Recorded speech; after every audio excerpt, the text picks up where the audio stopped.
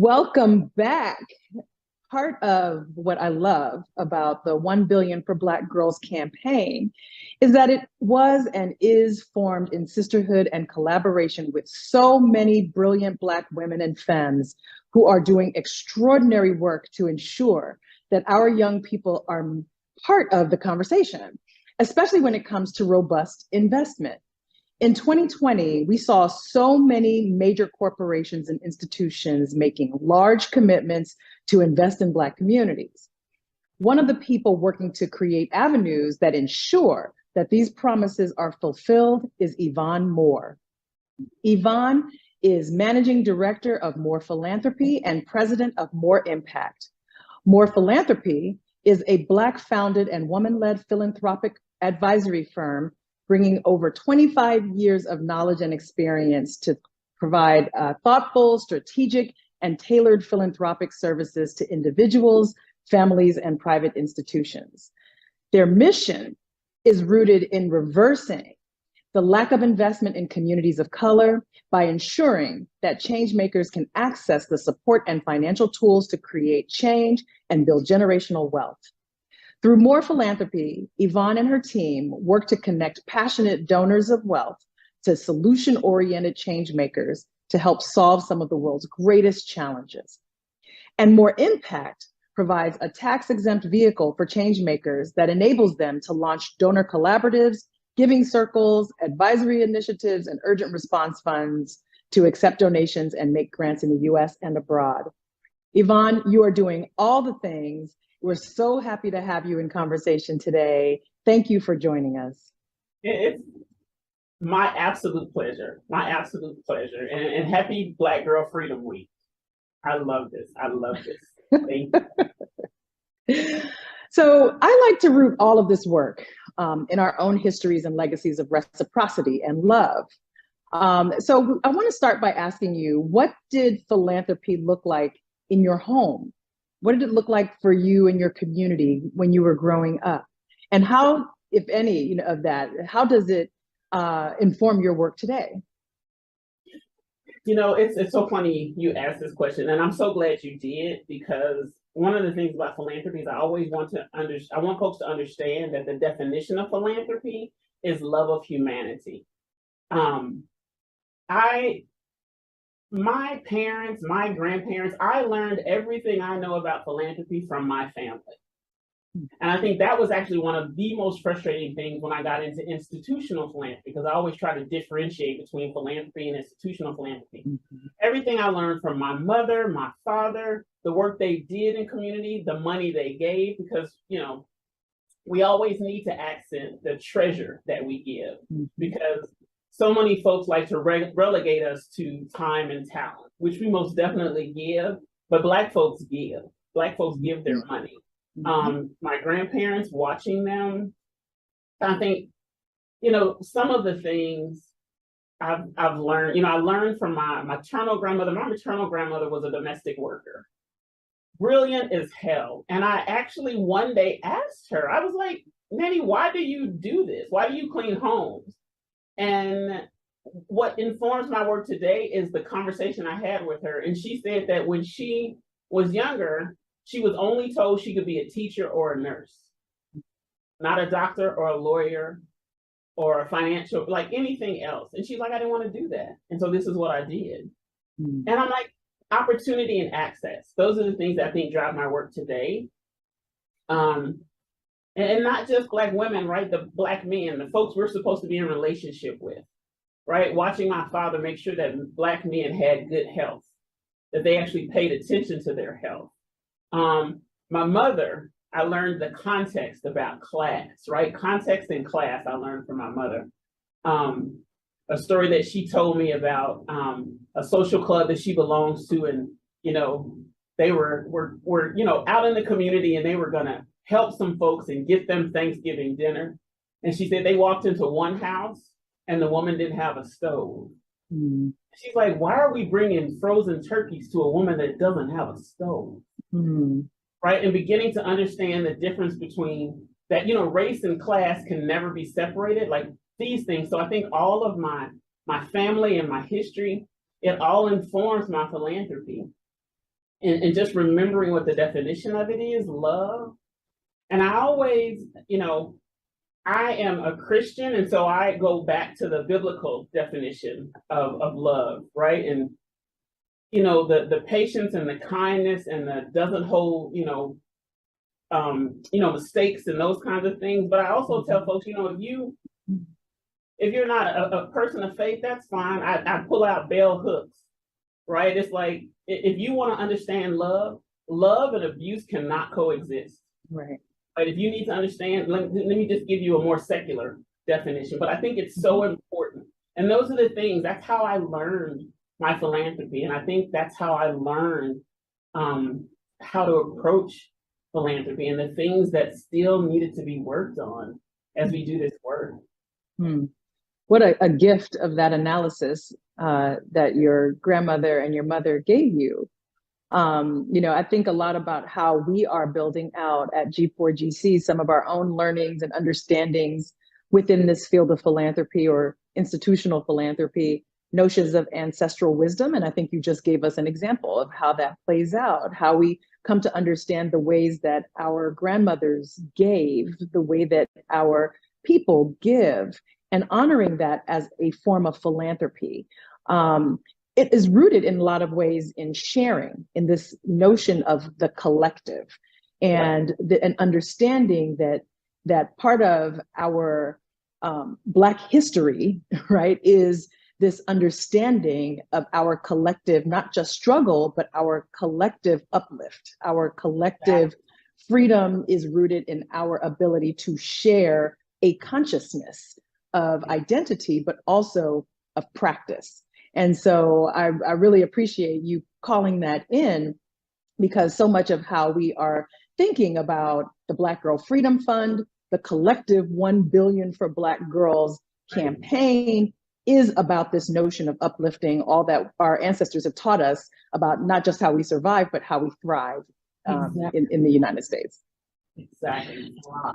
So at G4GC, we launched a Future Economy Lab in partnership with Second Muse Capital. And the intention behind our Future Economy Lab is to engage girls, femmes, and gender-expansive youth of color in economies that center their well-being and that of their families. And tomorrow we'll hear more from some of the fellows, but can you talk a little bit more about More Impact and what it is, how you are using your work to drive and keep investments in Black communities and other communities of color? Yes, that was one of the reasons. One of the reasons I created More Philanthropy and More Impact as a result was because folks, dominant culture needed to be reminded, and to be honest, our folks needed to be reminded that we are not just takers. We are givers. Again, we are givers. We are purchasers, right? We are purchasers, and more importantly, we are givers in this context. More importantly, we are givers. And I wanted to, one, lift up Black philanthropy, and two, I wanted to figure out how we actually build our wealth.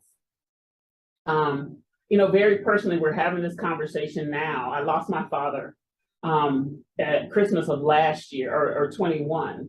And actually, my siblings and I just kind of thinking about what he did leave us. How do you actually nurture that? Right? How do we take that and not be the last? Like, how do we actually think about our nieces and our nephews and how we are not the last generation to hold a home, to hold some money, to hold land, to hold whatever it is, and actually to begin to think about how we educate our nieces and nephews now. And one of the things that I was talking with a colleague about is we actually have to talk more about money, right? We need to talk more about money, and we don't need to be afraid of it. And one of the things with More Impact was like, how do we actually build wealth? How do we actually help Black folks from the African diaspora, think about how we can be just a little bit more thoughtful about our philanthropy? So we created the Donor Advised Fund, encouraging folks to put their money, coalesce their money, right? You were just talking about this collective. How do you, either as a family, as siblings, as a group, coalesce your money to actually do good? how do we actually think about investing that money in other Black social change workers, folks who are doing social change? I said workers, leaders, because we have folks in our Black community who are leading this effort, right, to build wealth. How do we actually invest in folks' ideas, right? When we know it works and they don't need to bring us, and I'm not saying anything that my colleagues have not already heard me say, that it doesn't need to be, I don't need a logic model to figure out that you have a really great idea. Let's see how it goes. If you need to course correct, that's fine. But how do we actually think about investing in Black leaders? How do we actually think about investing in a way that actually we can be more impactful with our philanthropy? There's nothing wrong with the logic model. It has its applications, but how do we actually just trust folks? And so, creating the donor advised fund, one of the things about the fund is that we created two different avenues. So just your traditional fund, but then we also created something that's called a Mockingbird Fund, because we wanted folks to be able to begin wherever you are, right? So it only takes $200 to open, and then you can slowly add your assets to it. So creating a space, creating an intentionality that allows Black folks to invest. Right, I was talking to one colleague at a larger bank, and it's $25,000 start to open up your own fund. Now, it's not that Black folks don't have $25,000, but what I explained to her is that I don't know you, so why would I give my $25,000 to you? You have in no way displayed any kind of commitment to Black community. So it's not about whether or not I have the wealth, it's whether or not I'm trying to trust you. Right, so there's all these things that come at play, but to really think about how can we actually help folks invest their money? How do we help them build their thoughtful philanthropy? How do we invest in Black change makers, Black leaders who have brilliant ideas? And then the challenge, and you and I have talked about this, is how do we actually think about how to invest all of those assets, right? Those pooled assets together. How do we actually think about investing in the market in a way that is representative and honors our values, right? Our values, our culture, it doesn't undermine what we're trying to do in community. And that's been the challenge. And we can talk about that more, but like there are all these things at play. It's frustrating, but it's also exciting.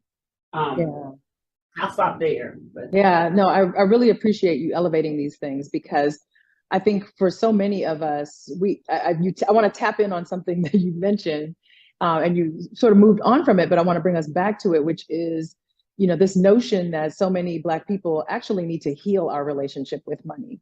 We need to heal we have to frame and reframe in many ways our understanding of money. And it comes from a deep place for us because, our ancestors' bodies were the first stock exchanged.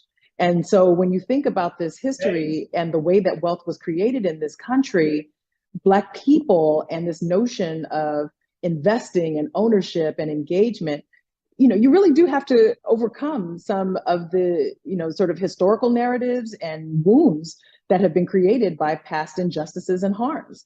And it's not to dwell in that space, but it is to acknowledge that that is part of the collective consciousness and the transgenerational trauma that informs how not just adults are engaged in this work, but how young people are interpreting their role and space in this work and in this world of investment and wealth building.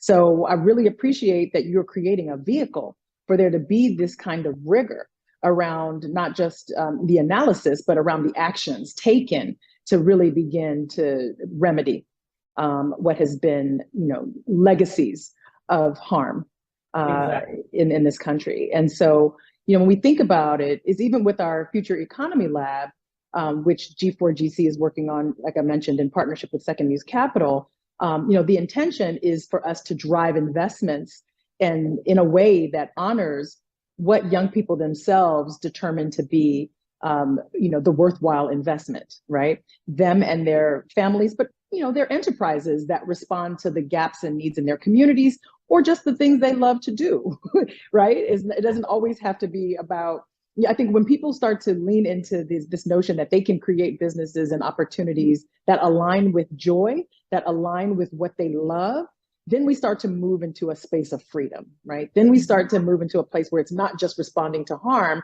but also elevating all of the brilliance and beauty and joy that exists in our communities.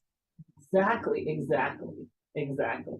And you know, there's always this tension. It's so funny. I think this generational tension, and I actually often find myself going back and like, was I that way at this particular age, and was I that way at this particular age? But it, you know, it doesn't really matter. How do we actually come together? Because there's so much there, right? It's so much, and I'm a firm believer of, if you can do what you're passionate about, you will undoubtedly be successful. But what is it that you actually need to do that? And I don't want to get off, but it's so funny because you made me think about there. We have several clients and folks that are working with more philanthropy. And, you know, some folks they've used these words like self-determination, and what is the other one? You know, they want their grantee partners to do what they dream. And I'm like, but you're not actually creating the atmosphere for them to be able to do that. And more importantly, do you actually know what that looks like for Black folks? Right. Do you actually know what that looks like for women of color? Right. Of color? Or are you bringing the turkey to the person who doesn't have a stove? Exactly. So when you give me this mission and this vision, I have to be honest with you. And I've had, which I appreciate, I've had these clients, they pause and they were like, oh my gosh. Right. And so I appreciate that. But it's you know, to our fellow, you know, our donor colleagues, when you need to understand what that means. To have that lofty dream, are you really prepared? Yeah. To do that? And it's funny, when I was we were talking, you were talking about and you opened this about you know, folks making all these promises. Now, I don't want to get started on that, but you know, I was thinking because you know, it takes me back to you know, I don't want to get too deep, but raising in the sun and dreams unfulfilled. Mm-hmm. If you're going to make those promises, I'm going to need you to fulfill them. Otherwise, right. It's fine, don't. And I was thinking about the report from Lori Villarosa and the folks at I can't remember nothing these days. It's so sad. My brain is so fried. The Philanthropic Initiative for Racial. Yes, yeah. But Lori Villarosa. Report, right? And talking about, you know, $200 billion of promises, and I mean, maybe 30% were met. It's like, no, stop. And I think this is the truth we have to tell to our donor colleagues is, do you understand what you're saying you want to give? And are you actually prepared to do it? But yeah, so for us, yes, we do. How do we make that space? How do we give that space to our young folks who are trying to do these amazing things? Yeah. Yeah. Yeah, and I think part of how you create that space within philanthropy and, you know, and when working with donors is to get folks engaged in what are core principles of participatory engagement, right?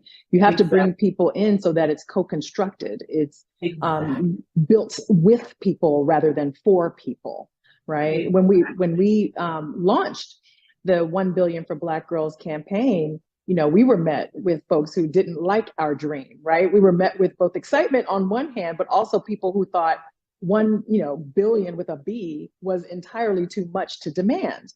When we know in this sector, there's definitely enough, right? That we could have asked, we could have claimed more, but even now, as we seek to mobilize people to help us reach the 1 billion mark, we're still met with some reservation, right?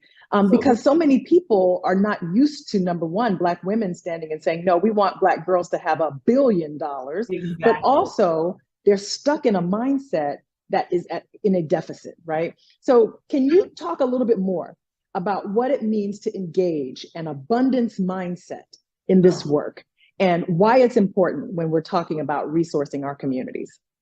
You know, and I'm going to be very honest with because I have in my office, I have a large, which I don't know if you've seen it, a very large painting that says abundance.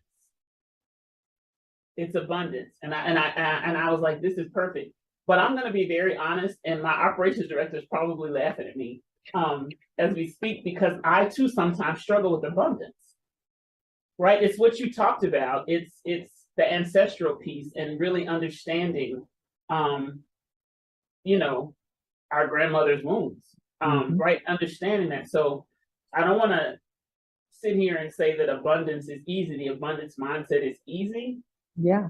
But we most definitely have to know that we absolutely deserve everything we're asking for. Absolutely everything. And we should think, and I read that comment about $1 billion being too small. Absolutely not. I mean, being too large. Yeah. If anything, is what you said, it's too small. Because when you think about, and you already said this, when you think about all that our bodies have done for this country alone, really $1 billion? We could actually right. more. So we really could. So just I think it's daily work, right? To actually remember that you actually not only deserve it, but you actually bring so much to the table to make it work. That's right. Right. It's not like you're not asking for something that you're not also willing to work for. That's right. And you're not asking for something that, actually you're not asking for something that's impossible to do. No, and it's collective. Yeah, no, I appreciate that, because it's also not asking for something that also, doesn't speak to the grand vision for this nation, right? Our dreams are consistent in many ways, in all the ways, really, with the notion of freedom and this notion of liberty that are touted as core values of this nation. And so when we think about, who has been a grand articulator of justice in this nation, it's Black girls. When we think about who is driving much of the consciousness of this country when it comes to understanding what abundance looks like, it's Black girls and femmes, right? Our ancestors, our elders, when they were young folks, understood that things were possible. I like to talk about Black girls as uniquely positioned to understand possibility, right? Exactly. And so our young folks, they still see possibility, our young folks.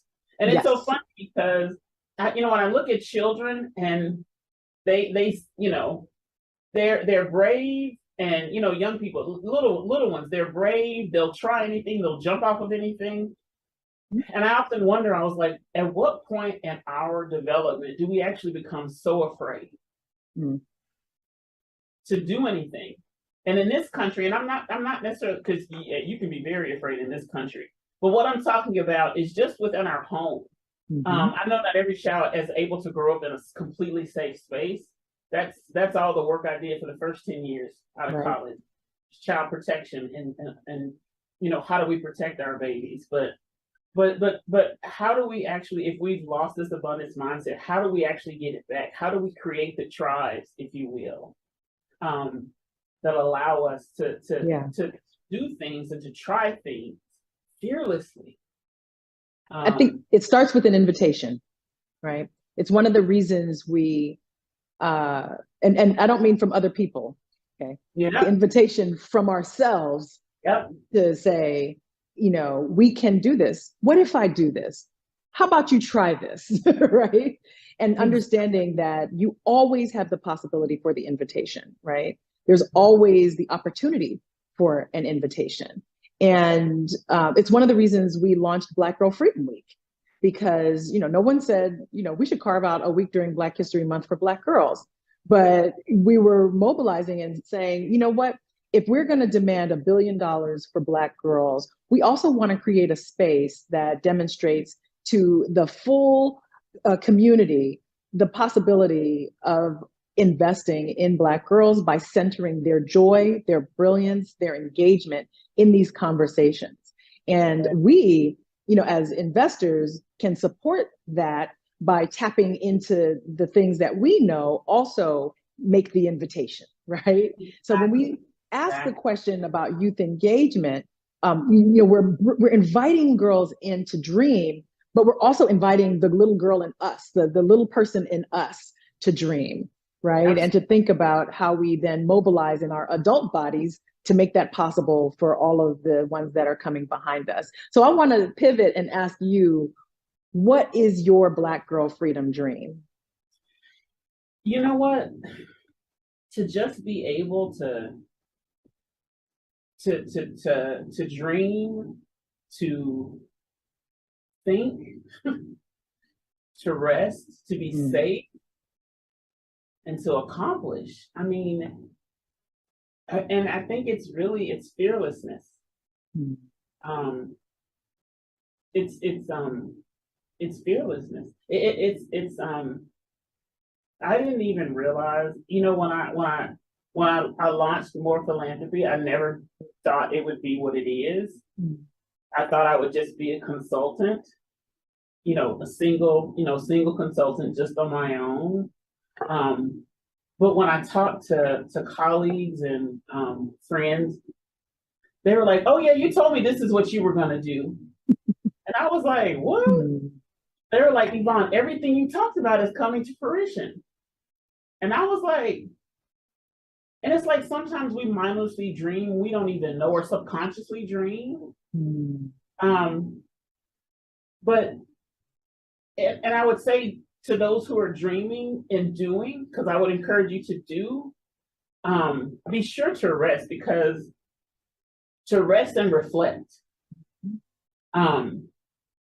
You know, Audre Lorde talked about, and you know, I don't even think I got this until recently, that rest is actually a revolution. Yeah. Right? It's actually a revolution for you to be able to dream and do what you want to do, because it actually upsets someone. Right? It's gonna upset someone, but it doesn't matter. And so, like you said, the invitation, how do we actually help our babies find, and I say babies because I feel like I'm old. So I'm talking about 23-year-olds, 24-year-olds. I call them babies too. How do we have our young folks, how do we give them that invitation or help them understand, like you said, the invitation is already there. But how do we create spaces where they can actually do? Right. And recognize that the invitation is there. Exactly. It is already there. And what do you, and actually too, I asked the question, what is it that you need from us to actually help you accept that invitation? Yeah, I just, I always tell people, I always tell clients, you need the space to dream. That's the one thing I always say. Dreaming is so important. It's so important to not stop. Dreaming is important. Rest is important. Hydration is important. And moisturizing is important. And I have to say that I think that, so what we are trying to create together is a well-rested, moisturized, hydrated dream that is able to thrive and grow, because it's got all the pieces, right? It's got all the people, because there is enough. It is. It is so enough. There is enough. It is. So thank you so much for having this conversation today and being a part of this growing community of well-hydrated and moisturized co-investors. I thank you for your time. And I'm so glad that you could be a part of Black Girl Freedom Week. Monique, thank you for all that you're doing. Seriously, thank you, thank you, thank you. It is my joy. Thank you.